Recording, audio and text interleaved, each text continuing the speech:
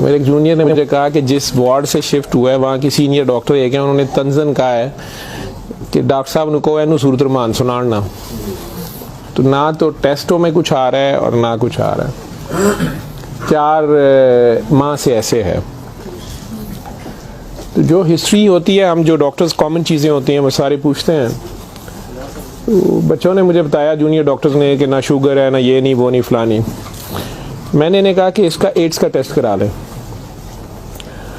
तो बच्चों ने कहा कि जी पिछले साल इसका एड्स का टेस्ट मेयो हॉस्पिटल में हुआ था, तब भी इसको इसी तरह डायरिया लगा था और वो नेगेटिव है, और लेकिन पिछले साल फिर ये डायरिया ठीक हो गया था 2-3-4 माह के बाद, फिर ये बहुत बेहतर हालत में हो गया था, लेकिन अब फिर इसको 4 माह से ये है और अब इसकी ये हालत हो गई। अब ये बेहोश था, वो खैर वेंटिलेटर पे चला गया, लेकिन मैंने फिर भी उसका एड्स का टेस्ट भेज दिया कि ये भेजो उसकी बीवी का।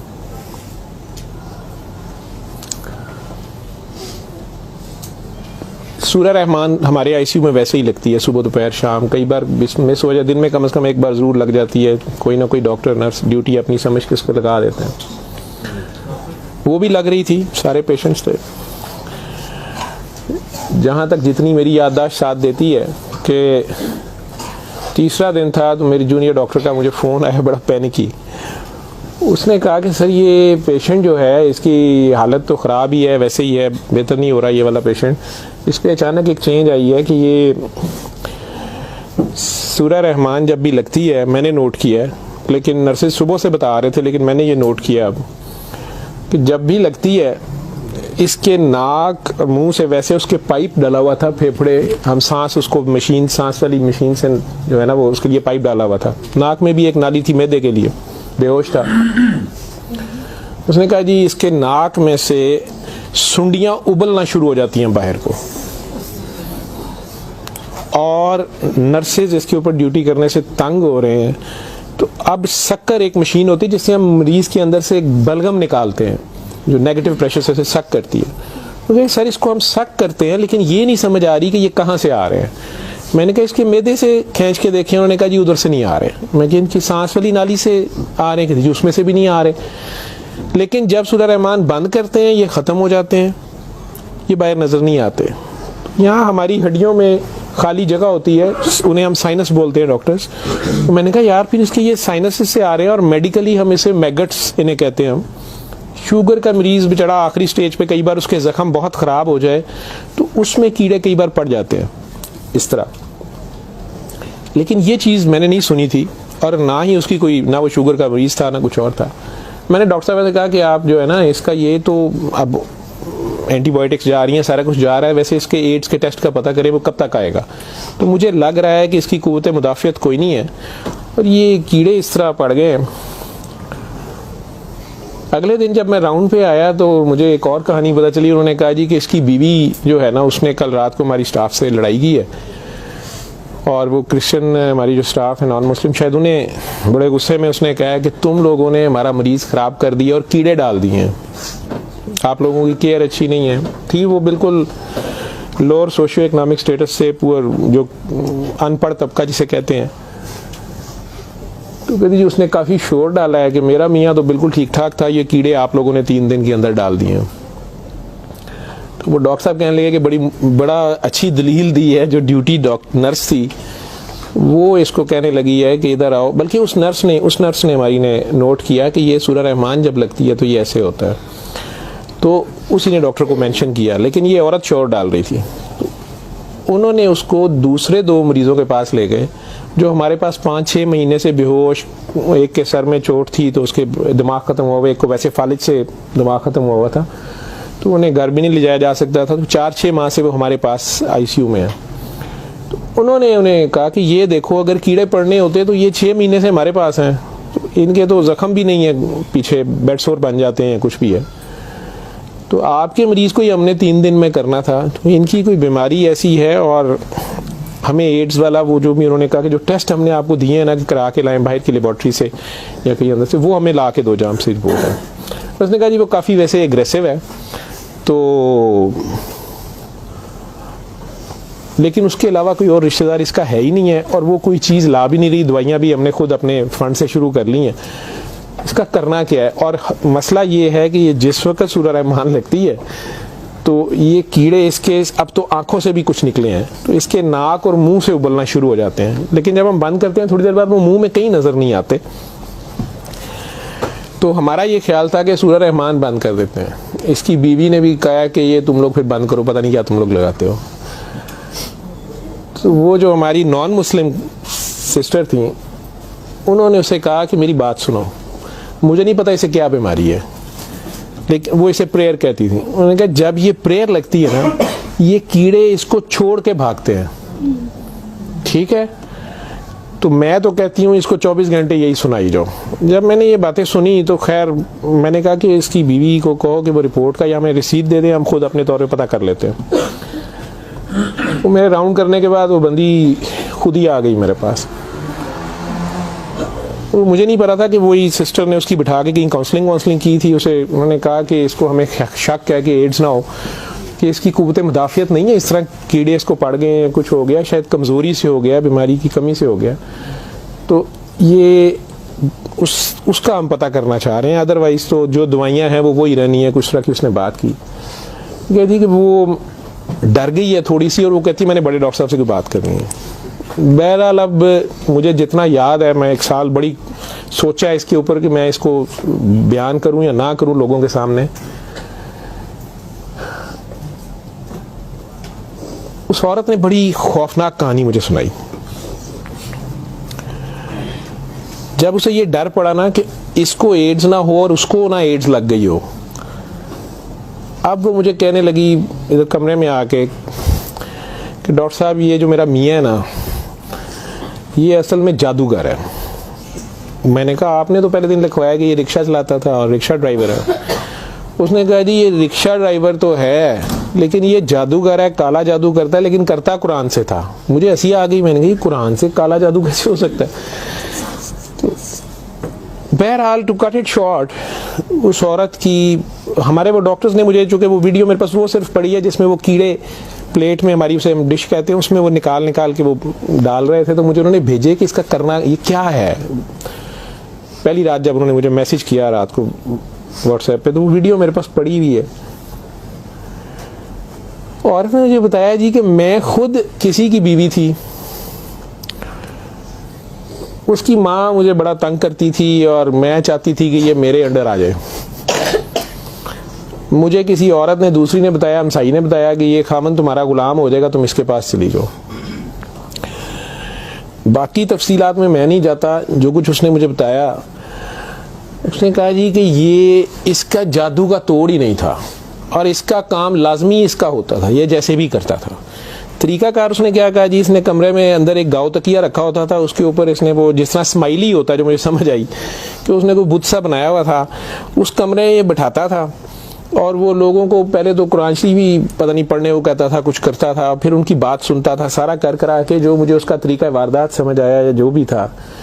उसने कहा जी कि जो गरजमंद होता था ना, वो दीवाना, औरतें बड़ी दीवानी होती थी, ठीक है, या यंग लड़के लड़कियां कि मेरी वहाँ शादी हो जाए, वहाँ हो जाए, औलाद हो जाए, कई लड़के आते थे। तो जो उसने सबसे गंदी बात मुझे बताई, बड़ी फजूल जो उसकी हरकत थी या जो भी, वो इस्लाम तो हो ही नहीं सकता। उसने कहा जी ये उन औरतों को और अपने बारे में उसने कहा कि मैंने भी ये गलती की, मेरे से भी ये गुनाह हुआ, लेकिन मुझे गुनाह सवाब का इतना नहीं पता था। तो ये पहले वो तकिए को सजदा कराता था, खुद उसके पीछे खड़ा हो जाता था, फिर वो कहता था कि ये असल में तुम लोगों पे काला जादू हुआ है, इसको तोड़ने के लिए पता नहीं नूरी बड़ा ज़रूरी है, ठीक है। फिर वो हमें कहता था कि वुजू करके आओ, ठीक है, वुजू करके आते थे, वो पता नहीं कौन सी सूरत पर वो कई सूरतें मिक्स करता था। ये सब करते कराते 1-2 सेशनों के बाद कुछ नहीं लेता था। फिर जो ज़्यादा लोग अपने काम के पीछे दीवाने होते थे, उनको वो बताता था कि इसमें बड़े पैसे भी लगेंगे, ये जान पे खेलना पड़ना है, पता नहीं क्या करना, और तुम्हें भी मेरे साथ करना पड़ेगा, इसमें बड़ा कुछ जो है ना रिस्क है, लेकिन काम तुम्हारा हो जाएगा। वो जो भी उसकी कहानियाँ थीं, जो उसको बाद में किसी और वजह से पता चली, जो मुझे वो बता रही थी कि जी ये औरतों के साथ भी और यंग लड़कों के साथ या मर्दों के साथ भी गलत काम करता था, फिर उन्हें अपना गंद खाने पे मजबूर करता था, फिर उन्हें पता नहीं कौन से कोई आयत, मतलब आयत बनाई हुई थी या कोई नाम था पता नहीं क्या, कि अरबी के जी ये पढ़ के ना तुमने ये मिक्सचर जो है ना, ये हंडिया पकाते हुए थोड़ा सा बीच में गंद डाल देना है और अपने खामन को खिला देना है, या उस लड़की को खिला देना है, या उसको खिला देना है। तो मैं अपने खामन के साथ ये सारा कुछ किया मैंने। अब मुझे बताएं कि जब वो उस बंदे के साथ ही सो गई तो उसके खामन तो वो रहा ही नहीं है ना, तो ना वो मुसलमान रही है ना वो ये हरकतें सारी। अब उसके बाद बकौल इन खातून के, इस लड़की के, कि जी वो खामन जो मेरा था उसमें तो तब्दीली नहीं आई, उसने मुझे फुल मारना शुरू कर दिया और मुझे इसकी, मेरे तड़प इसकी तरफ भागती थी कि मैं इसके पास आऊँ। तो फिर मैंने इसके पास वैसे आना शुरू कर दिया कि मैंने तुम्हारे साथ शादी करनी है, मैंने उधर से तलाक लेनी है, मैंने ये करना है वो करना है। तो मैं उन्हें बताए बगैर इसके पास आ गई। इसके साथ मैं 6 माह रही, इसने कहा कि फिर ऐसे ही रहना पड़ेगा और इस सारे काम में मैं शामिल हुई। तो इसने वैसे मुझे कहा कि निकाह हो गया हमारा, कुरान शरीफ पे इसने निकाह किया, उसने कहा हम दोनों की रजामंदी निकाह है, वो पीछे से तलाक लेके नहीं आई, ठीक है। उसके बाद इसको ये डायरिया लग गया। डायरिया लगने के बाद ये कहती है कि जी मेयो अस्पताल में जब हम थे 4 महीने हमें हो गए और बुरा हाल था इसका पिछले साल। तो ये एक दिन मुझे कहने लगा कि मैं कहता हूँ कि मैं अल्लाह से तौबा कर लूँ, अल्लाह मेरी जान बख्शी कर दे तो मैं तौबा करूँ और मैं ना अब रिक्शा ही चला के उसमें जितनी रोटी रोज़ी होगी तू मेरे साथ गुजारा कर लेगी और तू भी वापस चली जा अपने खामन के पास, ठीक। और उधर से जाके तलाक ले ना ले और ये निकाह नहीं है और जो भी उसने कहा कि जी हमने तौबा कर ली बकौल उसके, जो उसकी समझ थी। ये कहती है जी मैं वापस गई, मेरे खामन ने फिर मुझे मारा, उसने कहा मैं तुम्हें तलाक दे चुका हूँ, तुम मेरी तरफ से फारिग हो, तुम कहाँ से आई हो, ये आई हो, इतनी देर बाद आई हो, जो भी आई हो। खैर मैं फिर वापस इसके पास आई। ये कहती है कि जी वो मैं कोई 48 घंटे बाद शायद 2 दिन बाद वापस आई है, देखो मैं अस्पताल थे, डॉक्टर बड़े हैरान सन, ये पेट से ठीक हो गया सी, यदि टट्टियाँ रुक गई सन। उन्होंने क्या दवाई फलानी माफक आ गई है, फलानी माफक आ गई है। तो ये अपने पैरों पे खड़ा हो गया। अगले को 10-12 दिनों में उन्होंने छुट्टी दे दी। फिर ये मुझे मस्जिद एक में लेके गया, वहाँ हमने निकाह किया, ठीक है। निकाह किया, ये रिक्शा चलाना शुरू हो गया। तो डॉक्टर साहब 6 महीने इन्हें बड़ी मेहनत की थी, ये रिक्शा भी चलाया, मैं भी कदे सुखी गिली खांदे सा चंगा भला सी। पर डॉक्टर साहब दुनिया बड़ी जालम है, यदि शोहरत सी दुनिया पिछे पैंदी सी, कहना सी मैं काम छड़ छड़िया है। डॉक्टर साहब हूँ फिर एक बच्ची आई तो बड़ी सोहनी सी, वो बड़ी रोंदी सी, ਉਹਦਾ पता नहीं की मसला सी। डॉक्टर साहब ने ਉਹਦੇ ਨਾਲ फिर वही काम शुरू कर लिया। इन्हें फिर वही काम शुरू किया है। मैं इन्हू पहले कहती रही हाँ, लेकिन डॉक्टर साहब ਇਹਦੇ 'ਚ पैसे बड़े आते सन। ਉਹਦੇ बाद हूँ 4 महीने तो ये इसकी ये हालत है और अब ये बेहोश है। अब मैं अल्लाह से तौबा करना चाहती हूँ, अल्लाह मुझे माफ़ कर दे, मुझे तो समझ नहीं थी तो मुझे माफ़ी ले दें, और इसका अब क्या बनेगा और क्या नहीं बनेगा। मैंने ये काफ़ी बीच में से सेंसर करके आप लोगों को सारी बात सुनाई है। और मुझे कहती है जो कीड़े इसके अंदर से निकलते हैं ये क्यों आ रहे हैं, ये कहाँ से आ रहे हैं। मैं कि बीबी ये, मैंने उसे साइनसेस वगैरह समझाया, मैं कि ये इसके बहुत ज़्यादा खून की कमी है, इसके अंदर जरासीम पड़ गए हैं, जो भी। मैं डॉक्टरी तो मैं उसे और क्या मैं उसे कहता।